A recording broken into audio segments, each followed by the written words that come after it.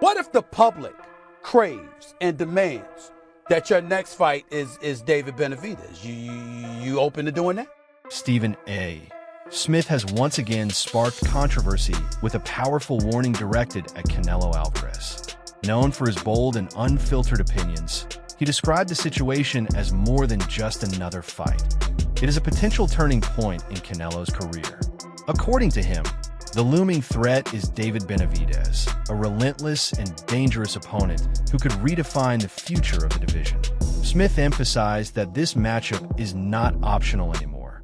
It is necessary for Canelo if he wants to protect his legacy and remain relevant among boxing's elite. Looking at Canelo, and I'm like, yo, you that dude. You that dude. Why are you not fighting? It'd be one thing to avoid it for a fight or two. But when you are literally cherry picking one after another, numerous fights where you are passing up David Benavidez, it is a travesty. It is a travesty that that fight has not happened. David Benavidez deserves the shot at the crown, at the giant. He deserves that shot. And he should get. Stephen A. Smith's concern is rooted in the terrifying style of David Benavidez, widely known as the Mexican Monster. Benavidez is not just powerful. He is relentless, constantly applying pressure and forcing his opponents into uncomfortable situations. Unlike many fighters, he does not slow down, making him extremely difficult to control. Smith believes that this fight is not just risky, but potentially career-ending for someone already coming off a major defeat. In his view, Benavidez represents the perfect storm of youth, aggression, and physical dominance. That's just BS. Anybody who knows boxing, everybody who watches boxing knows that David Benavidez is the real deal. Now, that doesn't mean he'd beat you, because anybody could fall if you catch him right. We know who you are, Canelo. You big time.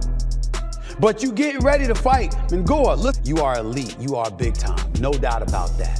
But it is clear with what you're saying that you are ducking Benavidez. Not because you haven't fight him, but because of the words that you're using. He's nothing. You know better. Fight that man. David Benavidez deserves that. Anybody who respects boxing knows he should be the man in the ring going up against you. The long-standing aura of invincibility surrounding Canelo Alvarez has now been shattered. For years, he stood as the dominant force in boxing, defeating top-level opponents across multiple weight classes. However, his defeat to Terence Crawford changed everything. This loss not only affected his record, but also shifted public perception.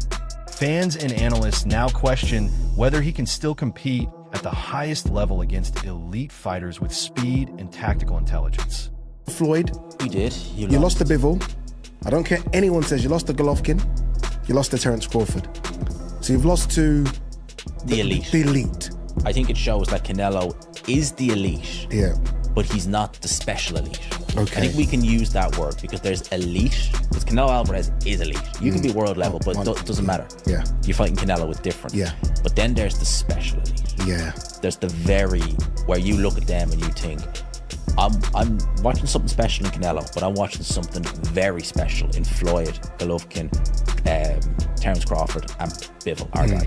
Yeah. That just shows how good Beterbiev is as well. We got two special fighters at 175. No, for real. I don't think it hinders Canelo no, it doesn't. as much. I don't think it does. But in terms of, I guess there was a conversation about is he the greatest Mexican? I think that's Chavez now. Yes. I think that's kind of.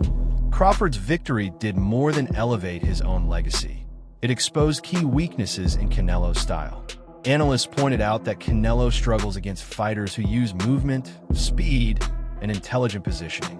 Crawford used these tools perfectly, showing that strategy can overcome raw power. This has created a blueprint for future opponents, giving them a clear path to challenge and potentially defeat Canelo. That I see, okay, from Canelo is that when you move to his weak side, there's exposure on that side from him, okay? When you get around to the weak side, meaning his lead hand side, okay, he has to turn all the way around, and it takes him some time because of his footwork, okay? His footwork isn't the greatest. Crawford will be able to take advantage of those moments. But as the fight continues, I'm telling you right now, Crawford will start to mount an attack if he's still there. If he's still there after 4 damn rounds. You know, that's saying something. Tim Bradley, that is saying something. If he's still there. Does Tim actually believe that Canelo has that amount of power or the difference of weight to take out Crawford in 4 rounds? I don't think so. What do you guys think? Leave me a comment. Let me know what you think. But if he's still there, Timothy Bradley, that's a lot. That's saying a lot. He will start to mount an attack. He will. And we know that later on, we know that Canelo starts to fade late. Okay? And an indication of frustration from Canelo Alvarez is when he starts to drop both hands.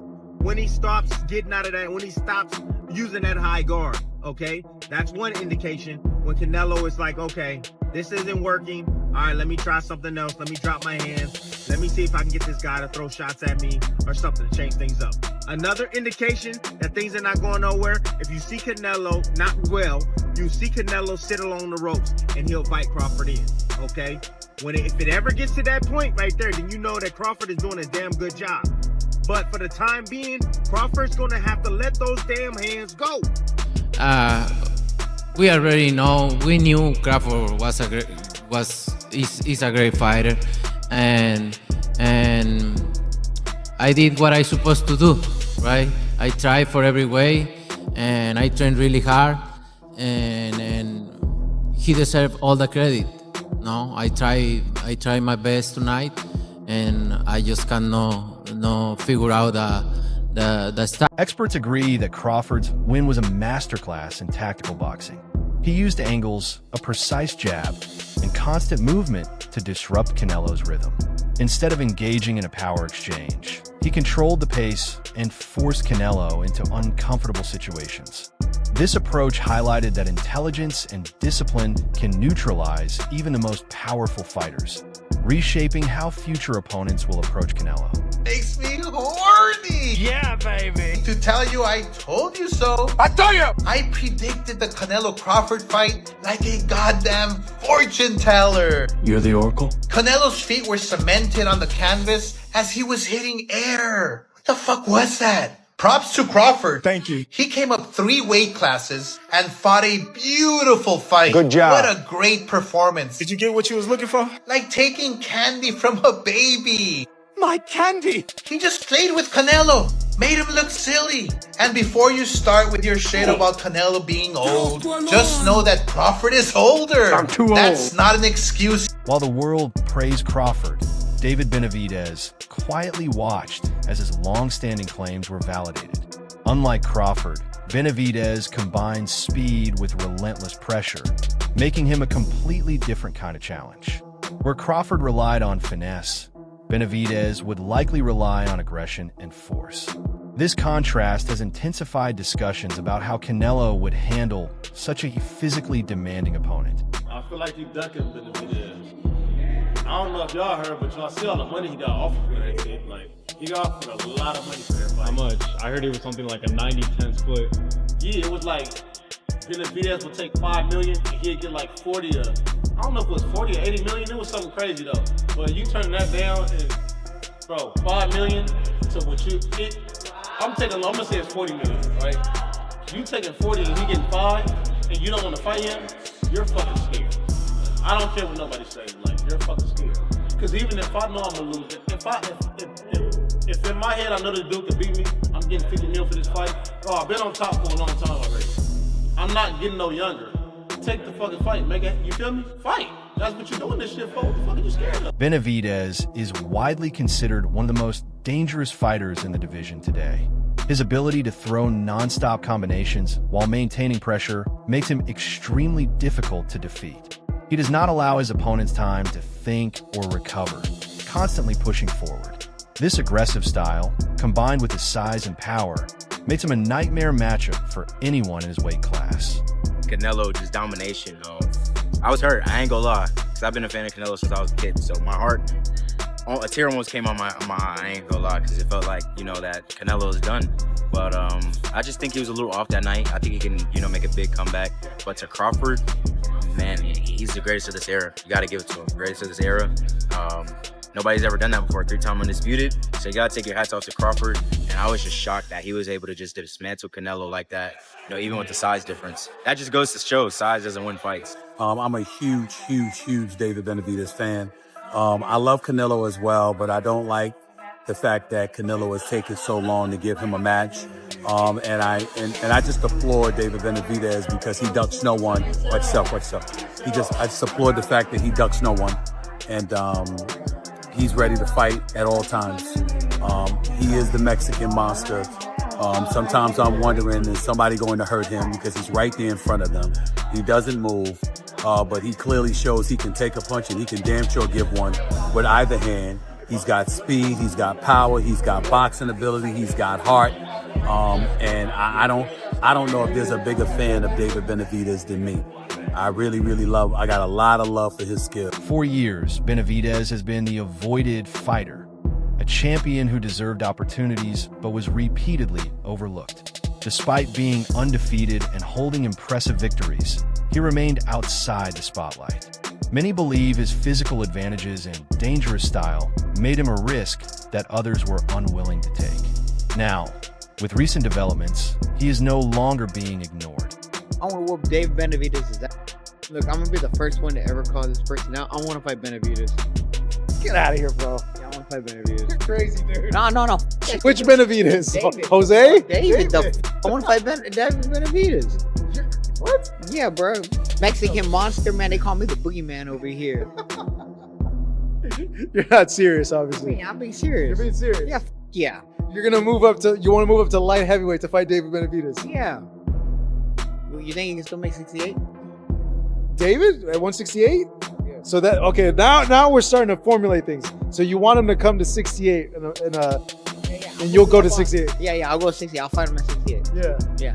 I want to fight the Mexican monster. Boo. Scary face. Roar. Canelo's loss to a smaller fighter like Crawford has strengthened Benavidez's argument. It proved that Canelo can be beaten, and not necessarily by someone bigger or stronger, but by someone smarter and faster. This raises an important question. What would happen if a fighter with both size and relentless pressure like Benavidez stepped into the ring with him?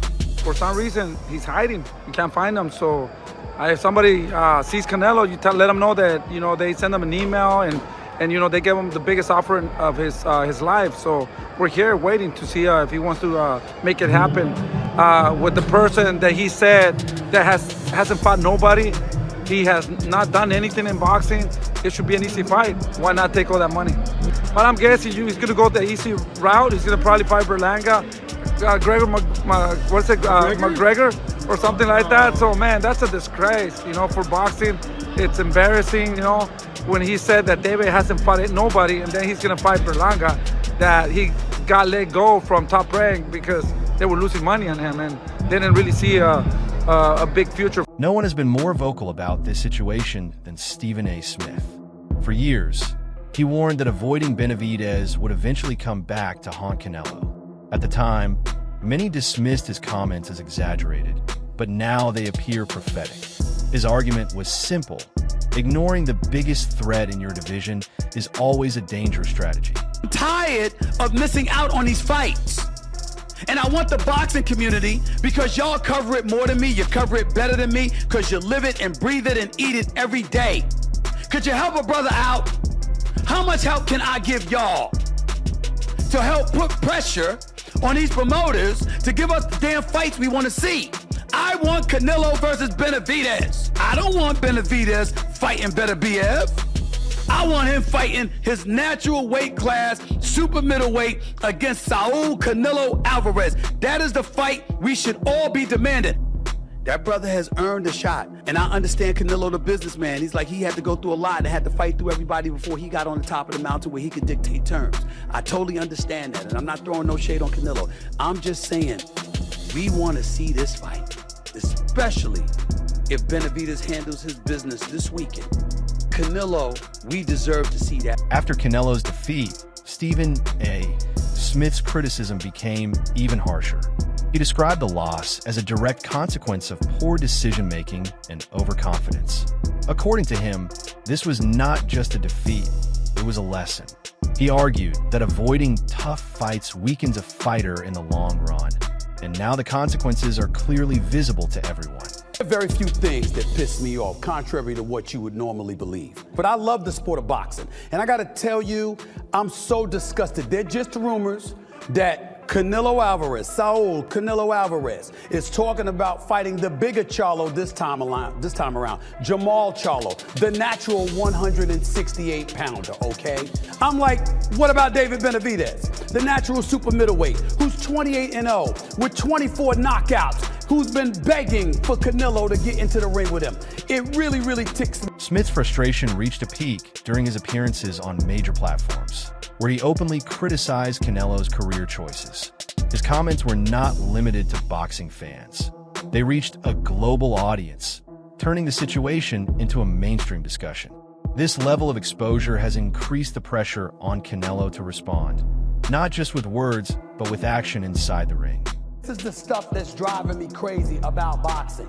Canelo Alvarez, where's the fight against David Benavidez? Love Canelo. I want to see him fight David Benavidez. I don't want to see him fighting Munguia. I don't want to see him fighting an undersized Charlo. I don't want to hear about Terrence Crawford moving up not one, not two, but 3 weight classes to fight Saul Canelo Alvarez. I want the fights that we want to see when we want to see him. You're the super middleweight champion of the world at 168 pounds. It's about the fights that we want to see. I think that Canelo should fight David Benavidez or Jamal Charlo. Okay, now Charlo might be a little bit too small for him since he moved up to light heavyweight to do this fight, and I don't see him fighting too much at the super middleweight division, but I'm tired of this guy being unblemished in his career, and these big fights Charlo is not getting. He deserves them. He should have them if he wants them, even if I wouldn't pick him against Canelo. He deserves the shot if that's what he wants. But this kid, David Benavidez, is special. And if there's a person that has earned the right to be in the ring against Canelo Alvarez, which would be absolutely positively box office, that would be a fight everybody would want to see. There is no reason first take go? For him. Hell yes. Okay. I want to go there. For Benavidez, Benavidez is the real deal. I love Benavidez, and I want to see, and he deserves a fight of this magnitude as well. Beyond the media, the pressure has also come from Benavidez's own camp. His father and trainer have been extremely vocal, accusing Canelo of avoiding the fight.